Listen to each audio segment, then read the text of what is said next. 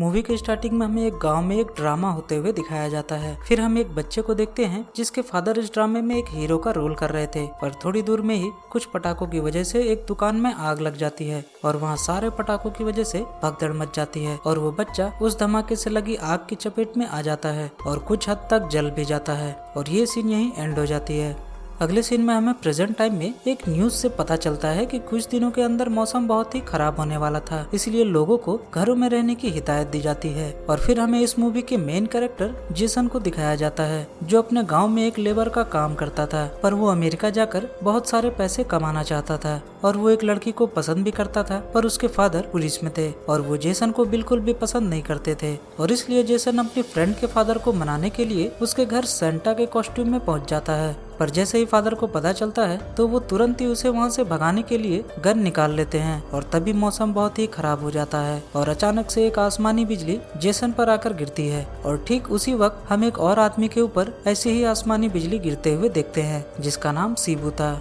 फिर जेसन को तुरंत ही वहाँ के गांव वाले हॉस्पिटल में लेके जाते हैं और वहाँ डॉक्टर्स उसे देखकर बहुत ही हैरान हो जाते हैं क्योंकि जेसन के ऊपर बिजली गिरी थी, पर जेसन को ज्यादा नुकसान नहीं हुआ था। और उधर दूसरी तरफ हम सीबू को देखते हैं जो बेहोश हो गया था और जैसे ही उसे होश आता है तो वो तुरंत ही अपने घर पहुँचता है और थोड़ा आराम करता है, पर तभी उसकी बॉडी बहुत जोर से कांपने लगती है और उसके घर की चीजें भी हिलने लगती है मानो कोई अर्थक्वेक आया हो। और फिर वो होश में आता है और सीबू और उसके फादर दोनों घर से बाहर की ओर भागते हैं। उधर दूसरी तरफ जेसन को हॉस्पिटल से रिहा कर दिया जाता है, ये बोलकर कि उसे कुछ हुआ ही नहीं है तो इलाज किस चीज का करूं। पर घर जाते ही जेसन को उल्टियां होने लगती हैं और उसके मुंह से कोई सिल्वर कलर की चीज निकल रही थी। फिर वो हैरान होकर सोने जाता है और उसको खांसी आने लगती है, पर जैसे ही वो खिड़की को खोलने के लिए धक्का मारता है तो खिड़की खुलने के बजाय वो पूरा दरवाजा ही टूटकर गिर जाता है और फिर वो अपने नेफ्यू के साथ बैठा होता है। तभी उसे बहुत दूर की आवाजें भी सुनाई देने लगती है और उसके घर में नल खुला होता है और वो जैसे ही उसे बंद करने को जाता है तो वो नल और दरवाजा दोनों ही उसके हाथों से टूट जाता है। उधर दूसरी तरफ सीबू को भी वही सेम कलर की उल्टी हो रही थी और वो भी अपने अंदर हो रहे चेंजेस को महसूस कर रहा था। अगली सुबह जब जेसन और उसका नेफ्यू दोनों बातें कर रहे थे तब उसका नेफ्यू कहता है कि जरूर जेसन के अंदर कोई सुपर पावर आ गई है, तभी वो इतने बड़े बड़े कारनामों को अंजाम दे रहा है और अब वो दोनों पावर्स को एक्सप्लोर करने के बारे में सोचते हैं। उधर दूसरी तरफ सीबू भी अपने पावर को एक्सप्लोर करने लगता है और उसे पता चल जाता है कि उसके पास माइंड से चीजों को हिलाने की पावर्स आ चुकी है। जेसन धीरे धीरे अपने पावर्स को जानने लगता है और अब वो अपने पावर्स को यूज करता है और एक मेले में अपने सिस्टर और नेफ्यू के लिए कुछ गिफ्ट्स जीतता है। दूसरी तरफ हम सीबू को देखते हैं जो कि एक लड़की जिसका नाम उषा था उसे पसंद करता था, पर उसकी शादी किसी और से हो गई थी और अब उसका पति भी मर चुका था और इसलिए अब उससे वो दोबारा शादी करना चाहता था। थोड़ी देर बाद उषा की बेटी अचानक बेहोश हो जाती है और उसे हॉस्पिटल ले जाया जाता है। हॉस्पिटल में डॉक्टर उसे कहते हैं कि इसकी जान बचाने के लिए फौरन ऑपरेशन करना होगा और उसके लिए बहुत सारे पैसे चाहिए और अब उषा सोच में पड़ जाती है क्योंकि उसके पास इतने सारे पैसे नहीं होते और अब सीबू उषा से कहता है कि ऑपरेशन के पैसे मैं करूंगा।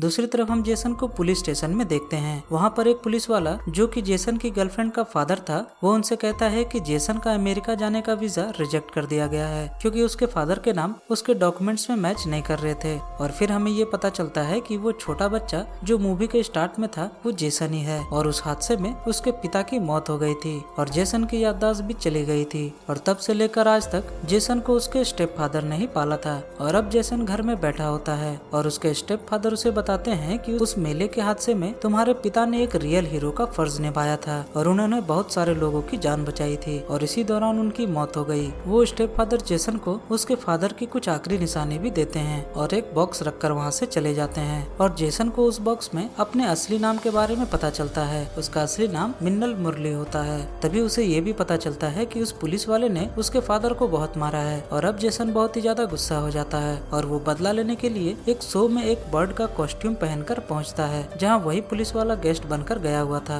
और अब जेसन उसे बहुत मारता है और स्टेज पर अपना नाम मिन्नल मुरली लिखकर चला जाता है। उधर दूसरी तरफ सीबू एक मास्क पहनकर बैंक को लूटने चला गया था क्योंकि उसे बहुत सारे पैसे चाहिए थे ताकि वो उषा की बेटी की जान बचा सके और वो पैसे लेकर जब वो हॉस्पिटल पहुंचता है तो उसे पता चलता है कि उस बच्चे का बिल किसी और शख्स ने पहले ही भर दिया है। अगली सुबह पुलिस वाले परेशान थे क्योंकि शहर में 2 क्राइम हुए थे, एक बैंक रॉबरी और एक पुलिस वाले पर हमला और सभी को लगता था कि दोनों क्राइम एक ही इंसान ने किया है। और वो मिन्नल मुरली है। और अब जेसन अपने फादर की टेलर शॉप में जाता है तो उसे अपने शॉप में चोरी के बारे में पता चलता है और वो पैसे उषा के भाई ने चुराए थे जो कि जेसन के फादर के यहाँ काम करता था और वो सारे पैसे जेसन ने अमेरिका जाने के लिए जमा किए थे। इसलिए अब जेसन उषा के भाई को बहुत ही बुरा भला कहने लगता है और अब दोनों के बीच हाथापाई भी हो जाती है। फिर जेसन के फादर उसे वहाँ से ले जाते हैं और समझाते हैं कि उसने जो किया मजबूरी में किया, इसलिए तुम्हें उनसे माफी मांगनी चाहिए। अगले सीन में हम टेलर शॉप में उषा के भाई को देखते हैं जहाँ जेसन से पहले शिबू आ जाता है और वो बैंक से चोरी किए हुए पैसे उषा के भाई को देकर कहता है कि तुम ये पैसे जेसन को दे दो और बदले में उषा की शादी मुझसे करा दो, पर यहाँ वो मना कर देता है। और अब शिबू गुस्सा हो जाता है और अपने पावर्स का इस्तेमाल करके उषा के भाई को भी वहाँ मार डालता है और बाहर आकर वो उस टेलर शॉप को भी जला देता है। और अब सारा इल्जाम जेसन पर आ जाता है क्योंकि कुछ समय पहले ही जेसन की लड़ाई उषा के भाई से हुई थी।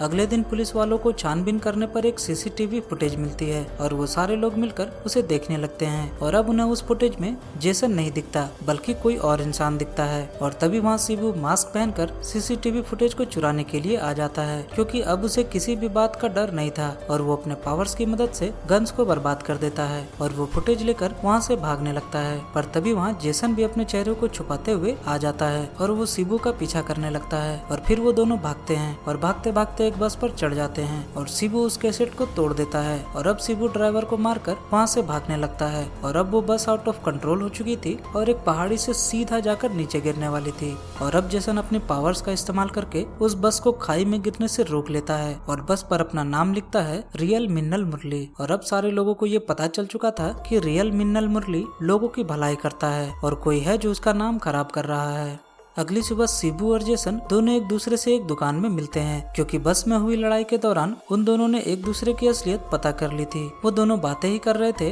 कि तभी वहाँ पुलिस वाले आ जाते हैं और अब पुलिस वालों को पता चल चुका था कि टेलर शॉप में आग शिबू ने लगाई है क्योंकि ऐसा करते शिबू को एक आदमी ने देख लिया था और उस आदमी ने सब कुछ पुलिस वालों को बता दिया था। और अब सारे लोग शिबू पर पत्थर फेंकने लगते हैं पर तभी शिबू अपनी पावर्स का इस्तेमाल करके सभी पत्थर को हवा में रोक लेता है और वहाँ से भाग जाता है। और दूसरी तरफ शक के बिना पर पुलिस वाले जेसन को भी अरेस्ट कर लेते हैं। शिबू भागकर उस घर में पहुंचता है जहां वो उषा को लेकर इस गांव को छोड़कर भागने वाला था, पर सभी गांव वाले उसके घर के बाहर आ जाते हैं और वो सारे गांव वाले मिलकर उसके घर को जला देते हैं। और अब शिबू बाहर आकर उन गांव वालों से लड़ने लगता है पर उषा अभी भी घर के अंदर ही थी और एक ब्लास्ट के कारण उषा और उसकी बेटी दोनों घर के अंदर ही मारी जाती है। उषा की मौत के बाद शिबू बहुत ही सदमे में था और अब वो सारे गांव वालों से बदला लेने के लिए तैयार हो जाता है। और उसी रात गांव में एक मेला लगा हुआ था और सारे गांव वाले उसी मेले में गए हुए थे और शिबू ने उस मेले में जगह जगह पर बम लगा दिए थे और अब शिबू एक एक करके उस बम को ब्लास्ट करने लगता है। उधर दूसरी तरफ पुलिस वाले जेसन के पास पहुंचते हैं और कहते हैं कि मैं नहीं जानता कि तुम क्या हो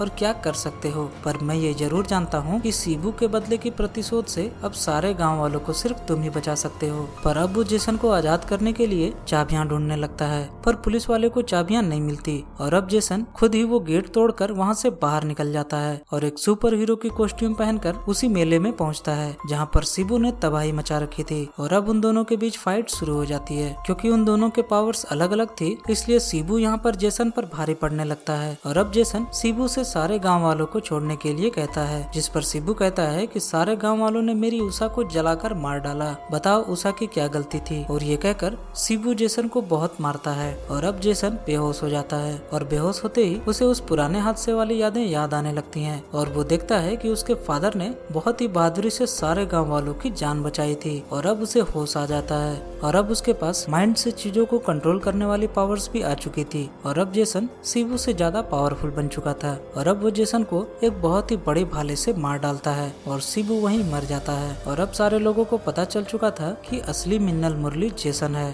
और अब जेसन अमेरिका जाने के प्लान को छोड़ देता है और अपने गाँव में रहकर गाँव वालों की रक्षा करने की कसम खाता है। और इसी के साथ ये मूवी यहाँ खत्म हो जाती है। मिलते हैं अगली वीडियो में। जय हिंद।